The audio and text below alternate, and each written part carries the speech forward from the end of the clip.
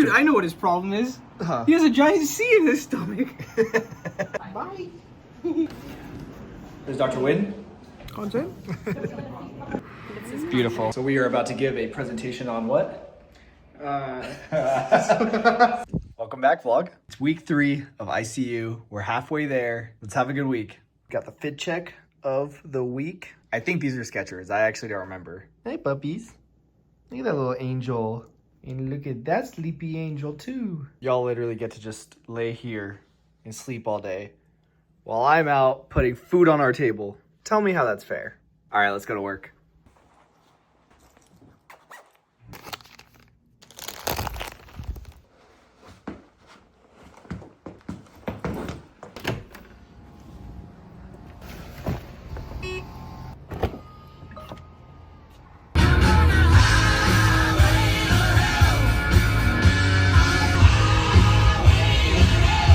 Ladies and gentlemen, we're back. Like I said, it's my 3rd week of ICU. We're halfway there. We're halfway there. It's been a long 2 weeks. I'm sure you guys could tell from my last vlog that it's definitely starting to affect me. But as a wise man once said, in the darkest days and the coldest nights, our positivity is the true reflection of our character. I actually don't know who said that. In fact, I don't even think anyone said that. I just made that up. But my point still stands. I'm gonna be tired. It's gonna be hard. But as long as I have a good attitude about it, I'm gonna make it through. I have to. I have no other choice. Anyway, today's actually the 2nd day of the week for me. I worked yesterday. It wasn't too bad. It was a pretty good day. So I'm really hoping that that stays true for the rest of the week. Anyway, I have to go meet the night team for a sign out, so I'll catch you guys later. Because you're well prepared. Yeah. Oh yeah. Very well done. Content, baby. Why? Oh, is it a... It's Beautiful. All right, I am done. Today was actually really good. It was busy. Like, I feel like we were doing stuff the entire time, especially towards the end of the shift. We had some intubations, codes to go to. Overall, a pretty busy day in the ICU, but it was actually really enjoyable. I have a really fun team of residents. We had a fellow come on today who's really cool. Him and I actually know each other from when I was a medical student. He was an anesthesia resident at a program here in the city, and now he's done with anesthesia residency. He's doing fellowship in critical care, and today was his first day in our ICU. So that was really cool to see him again. So between them, our attending, the PAs, the rest of the staff, pharmacists, nurses, the vibes are really good in our ICU. I really just like all the people. It makes the day go by so much smoother. Like, I can't stress it enough. Even if a job sucks, it's terrible, you're tired, you're having a bad day, if you're surrounded by good, positive, fun people, it just makes it so much better. And that's the vibes we have in our ICU right now. And I just really enjoy it. Anyway, you guys know the drill. It's time to head home and get some studying in. Jeez.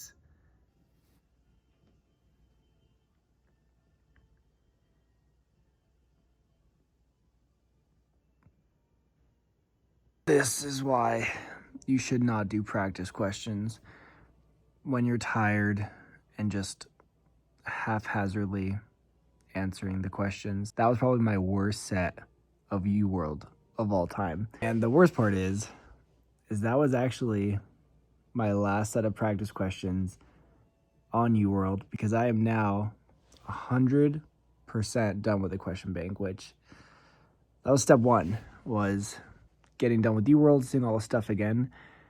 Got a lot of questions wrong. Now I can focus on doing my incorrect questions, going over concepts that I just suck at. I can't believe I finished off by getting a 36%.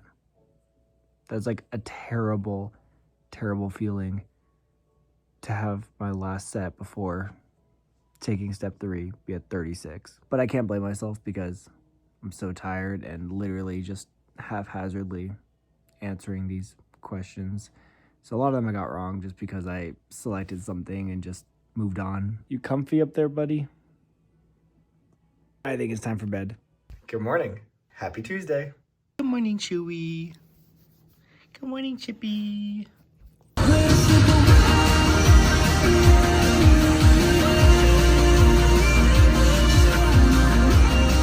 3 out of 6. Hopefully it's a chill day. I actually got pretty good sleep last night, but I'm feeling pretty tired, so I would appreciate it if today was just nice and smooth. Let's have a good day.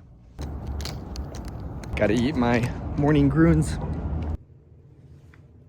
Not a bad day so far. We just got done with a thoracentesis, which is when you pull fluid out of the space around the lungs. Anyway, it's time for rounds with the team.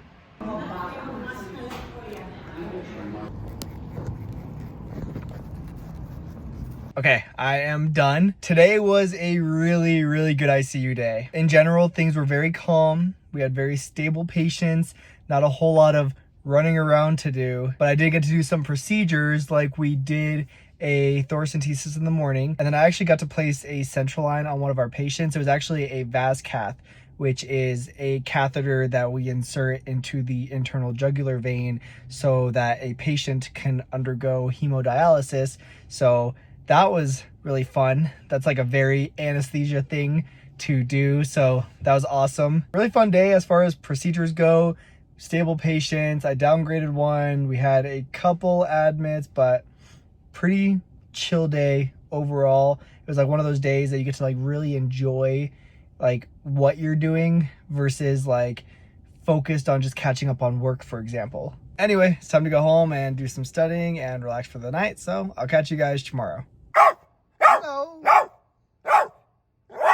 All right, so you guys keep on clowning me for my poor diet, which is fair. You guys aren't wrong. I definitely choose some of the easier to eat meals versus the most nutritious ones. But it's not just you guys who notice, because my friends over at Groons also noticed, and they're actually sponsoring this week's vlog. Groons makes getting good nutrition simple. It's kind of like if you took a greens powder, a multivitamin, and a probiotic and put them all into gummy form. Each of these packets has 8 gummies inside of them, and I love it because it's so easy to just toss them in my backpack and go. Each pack is made with over 60 whole food ingredients and more than 20 vitamins and minerals. They even use methylated vitamins such as folate and B12, so they're easy to absorb. And guys, I promise I'm never gonna make health claims about specific products just because they're sponsoring the channel. The ingredients are vitamins and minerals that we should definitely be getting in our daily diet. It's essentially just an easy way to fill our diet in the things that we are lacking, which again, I am definitely lacking probably a lot of vitamins and minerals. The best part is they actually taste pretty good. There's no chalky aftertaste. There's no artificial flavors. They're extremely low calorie. They're vegan, they're gluten-free, nut-free, dairy-free. So it's really good for you no matter what kind of diet you have. So if any of you guys have a hard time juggling your schedule and staying on top of your nutrition, I definitely recommend checking out Groons. And right now you can get up to 45% off on your first order. Just make sure to click the link in the description below. And thank you so much again to Groons for sponsoring this week's vlog. Morning, guys. It's Wednesday, my dudes. We're halfway through the week. Morning.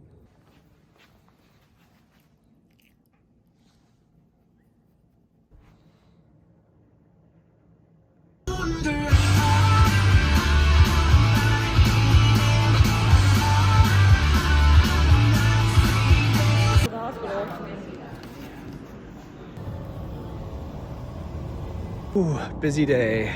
I am exhausted. I got to do a couple of procedures today, which was fun. I got to do a central line, got to do an art line. We had another thoracentesis. Not bad, not bad. But I'm exhausted, so it's time to head home and get some rest. So my mom is like one of those typical parents that says that she doesn't like the dogs, that she doesn't like pets.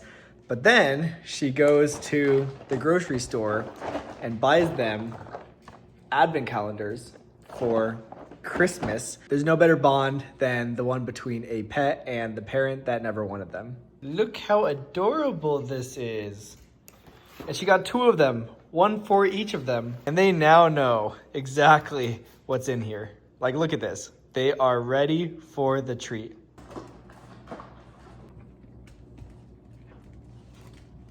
Between the legs. Good boy. Protect. Good boy. Spin. Good boys. Shake. Good boy. Shake. Good boy. Target. Good boy. Gentle. Chip.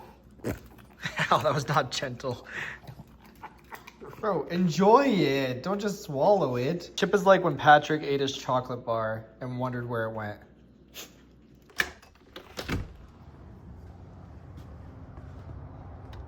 Good morning, guys. Happy Thursday. It's a beautiful day. The weather's so nice, and I'm so excited to spend it indoors. Let's go to work.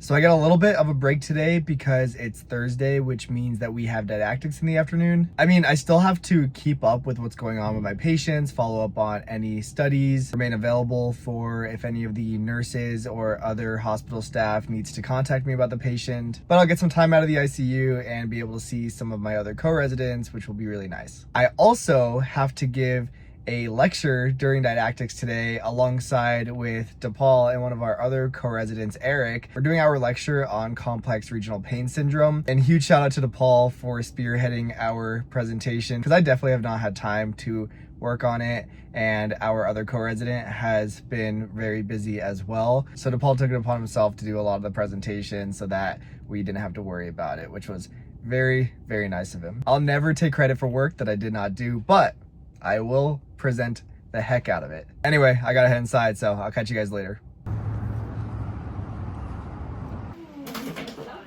think the bingo with the dot things.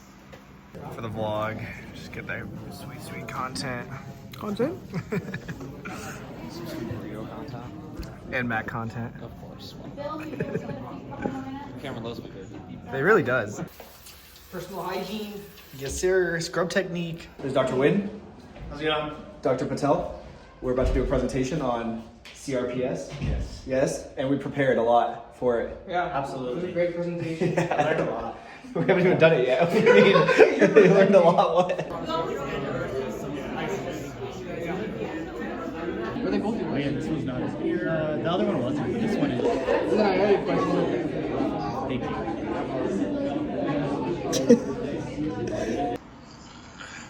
Oh, camera star.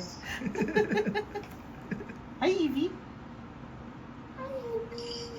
That's not the right way. Oh, but she's teething. It sure is. Dude, I know what his problem is. Huh. He has a giant C in his stomach. Little end of year dumpy. Okay, let's go, kids, before I get admission at 5. Bye. Bye. Oh my gosh. It's about 8 o'clock and I'm just now leaving. Let me get to my car and then I'll fill you guys in. Okay, so I'm in my car now. So overall today started pretty chill. I did actually get to do an intubation before rounds this morning and that went very smoothly, which was great. And then after we had Didactics, we had like a bunch of admits and I got to do 2 arterial lines and also place a central line. So a lot of procedures today, got to do some anesthesiology things. I do want to humanize this a little bit though. Like, I know it sounds like I'm saying, yeah, I got to do an intubation, central line, procedures, woohoo, right? You have to remember that there's like a person on the other side of that, you know, procedure, right?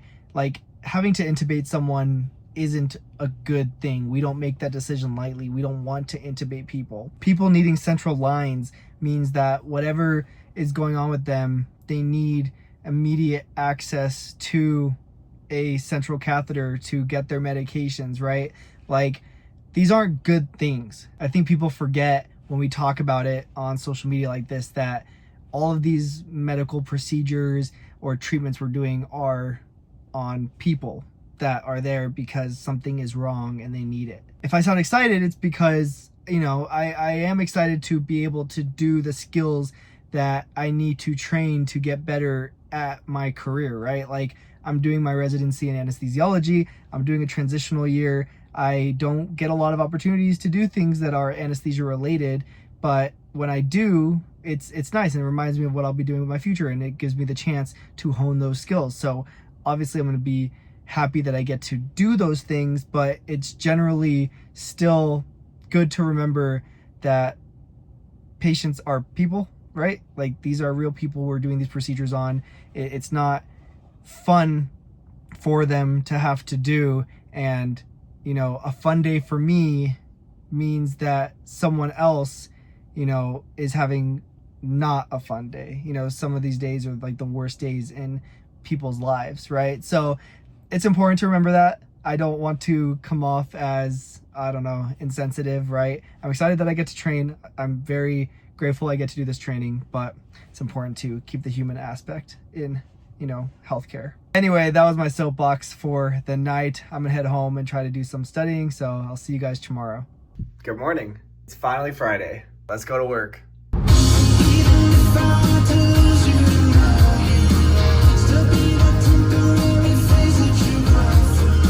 It is finally Friday, guys. Working 6 days in a row, man. It's tough. It's not easy. And it's really not just working 6 days in a row, because when you only get 1 day off, like, it's not like you feel refreshed going back into day 1 of 6 again. Like, you're still feeling the effects of working so many days. Like, this will be my 3rd day off in the past 3 weeks. That's pretty insane. Anyway, I'm gonna head inside for sign out, so I'll catch you guys later.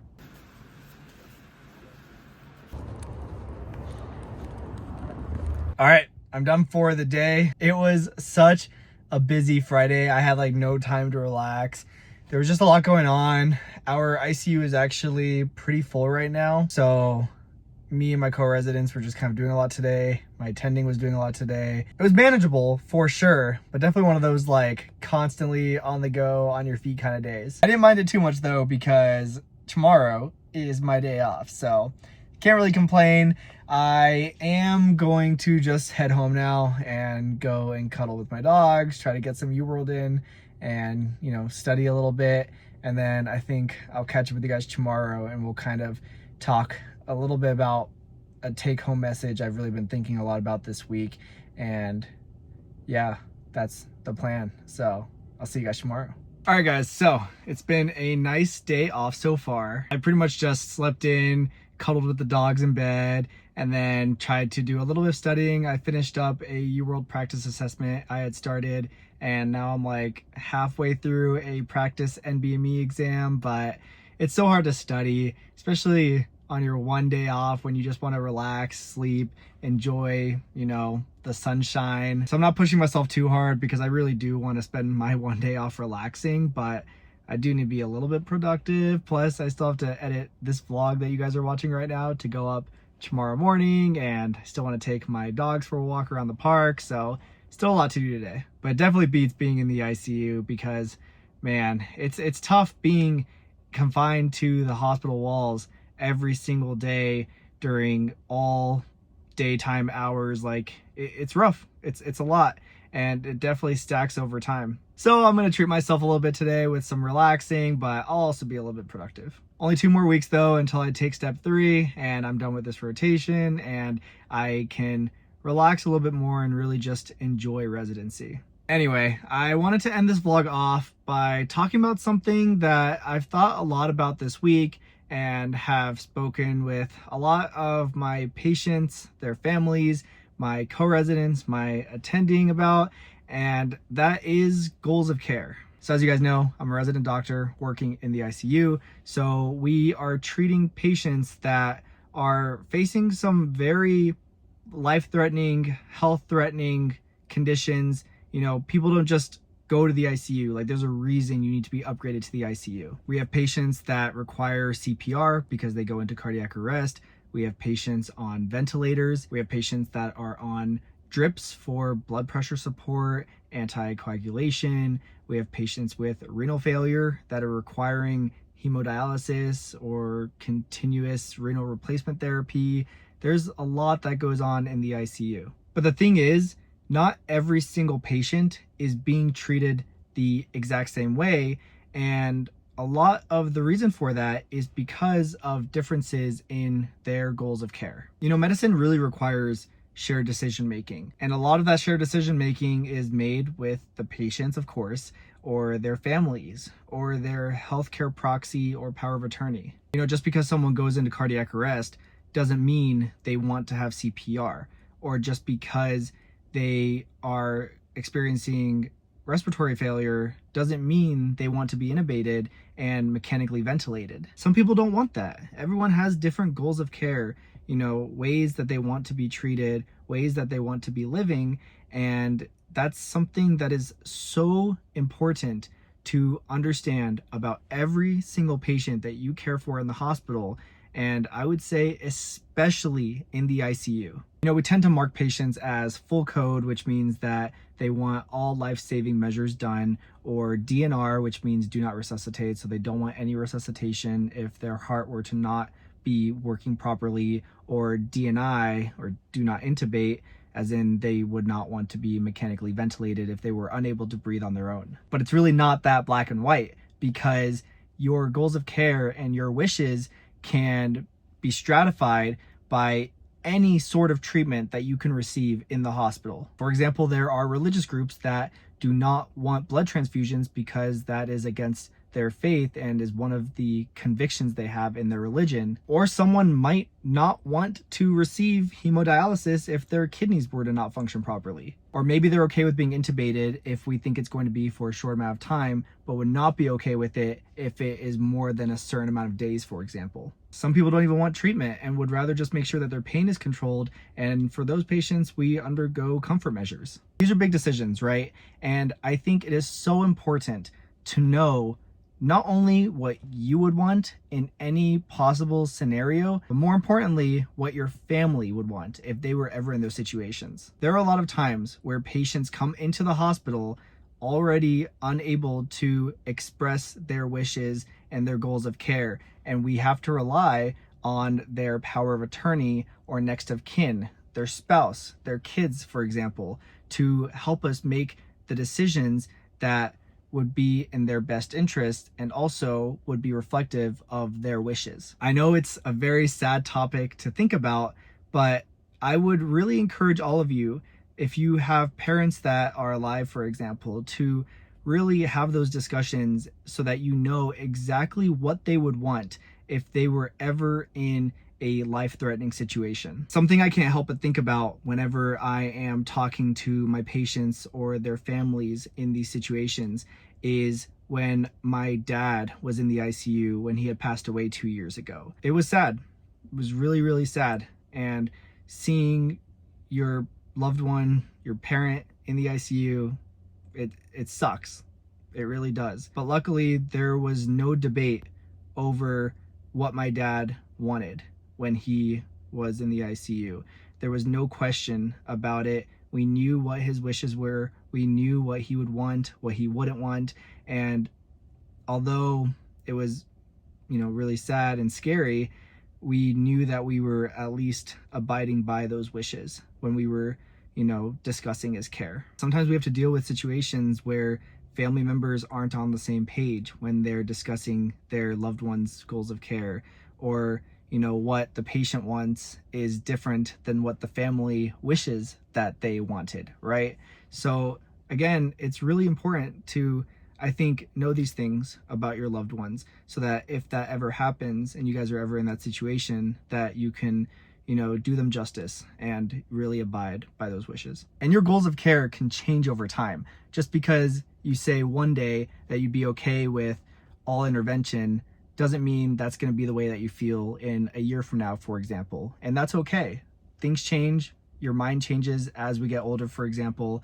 It's just good to know what those wishes are, what your goals are, and I think that they should be properly expressed to your loved ones. There's also official paperwork that can be filled out for these exact situations, and that paperwork can be pretty detailed down to like, if this, then this, or you're okay with this, not okay with this, which is really helpful for, the healthcare providers that are giving them their care. These are called advanced directives. So I encourage you to talk about this with your loved ones. Also, one of the most important things too is to make sure that you designate a good power of attorney. Choosing your power of attorney is a very big decision, and it isn't always necessarily just your partner or your firstborn child.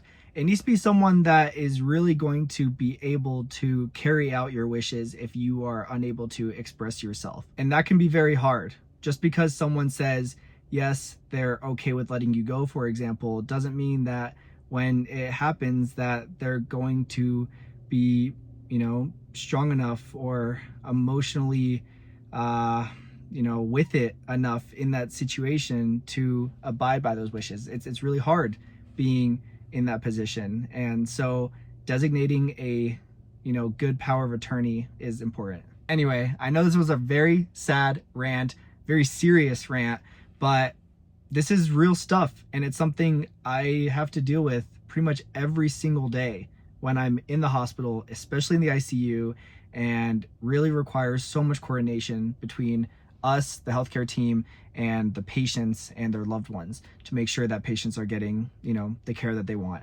Anyway, I really want to enjoy the rest of my day off, get some more studying in, go for a walk in the park, edit this vlog. So this is where we part ways. But as always, I really appreciate you guys joining me for another week in residency, and I'll catch you guys in the next vlog.